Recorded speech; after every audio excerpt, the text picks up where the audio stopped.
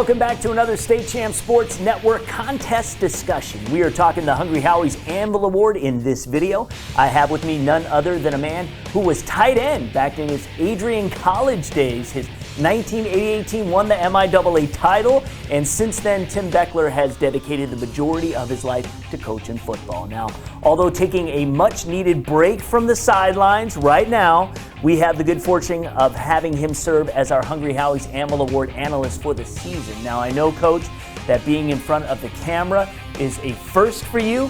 Give me your assessment of how you did in your first segment a week ago. Would you make the team or be sent home a disappointed, broken man? Well, thanks to some great editing, I think I was a keeper, but I do need some work. My wife and kids gave me some critique, so gotcha. Hopefully I'll do a little better. All right, well, I thought you did great. I did, and we really do appreciate you being with us this season. Are you ready? I'm ready. Okay, so let's have you talk about two more guys in our Anvil Top 10, and we're going to start with the big O-lineman on the Division IV reigning state champs, Edwardsburg. Yeah, Josh Priebe. He's 6'5", 280 pounds, committed to Northwestern. The only knock on this young man is because he plays on a Division IV program in Edwardsburg. And, right. You know, he has no control over that. I guarantee you this kid would start for any team in the state of Michigan, regardless of enrollment or size. The kid is a man amongst boys. He's a great puller. He played at guard last year, pulls, traps. He can get out on the edge and block corners. He's extremely athletic, and he just runs over what he hits. He's impressive. You know, you had a very active offensive line when you were coaching in the offense, that tight T that you guys ran.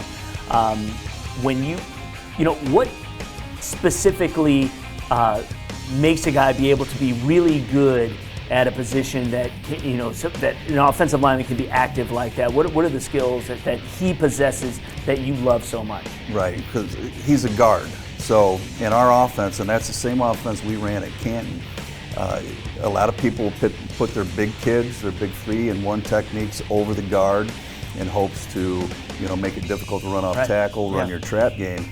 But he handles that. He's big enough and strong enough to base block. When he double teams, I mean, he just vertically moves people off the ball and puts them on their back. But to be able to do that and to be able to have the footwork and the speed to pull and trap and get outside, and then it's rare for a guy to be able to do both. Yeah, Northwestern got a good one in this one. They certainly did. Yeah, all right, so pilfering Michigan. The state of Michigan's going to play for Northwestern, but still in the Big Ten, we'll get a chance to see him at the next level. Port Huron Northern boasts a big body that is taking his talents to Michigan next fall. He is being recruited to play strong side defensive end at the next level, but in high school, he is also doing his part on offense at tight end. Talk about Braden McGregor.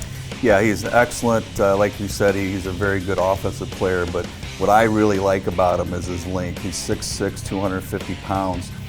Great edge rusher, and I think that's what Michigan's going to utilize him as. In fact, he reminds me of Winovich from last year. Really comes hard off that edge, can run down the ball carrier if it's a run play, and he's excellent of defeating that tackle or running through offensive backs and getting to that quarterback. But what I really like is he's got a little J.J. Watt in him, and he likes the bat passes. And that's a very difficult skill for high school kids to learn because they're trying to beat the blocker in front of them, but they've got to keep their eye on the prize, which is the quarterback. And that's a lot of kids, that's hard to do. But he's good at doing that and understanding where that quarterback is and be able to put on the brakes, stop, jump, and get his hands up and get those batted balls thrown from the quarterback. And as a coach, that's just as good as a sack, and quarterbacks hate that. Oh yeah, more than anything. And what that really tells me is that his leverage is unbelievable because, you know, you practice it that, you know, when you go and you're pushing up, you've got to be able to handle that guy who is blocking you, be able to have the wherewithal to have leverage so that you can see where that quarterback's going the ball so that you can react, because otherwise you're all clogged up. Right, he's got great vision. You've got to have great hands, and again, 6'6", and he can move. He's not a gangly, slow 6'6". I mean, he can move, and he just covers a lot of space in a short period of time. Yeah, these are guys, again, if you love high school football and you want to check out and see some guys who are going to be impactful players at the next level, I know that is always fun for me, getting a chance to see these kids in high school mature and develop, and who knows, maybe be on the NFL stage someday. These are just some of the guys that you should go check out. We're going to get into 2 more candidates next week.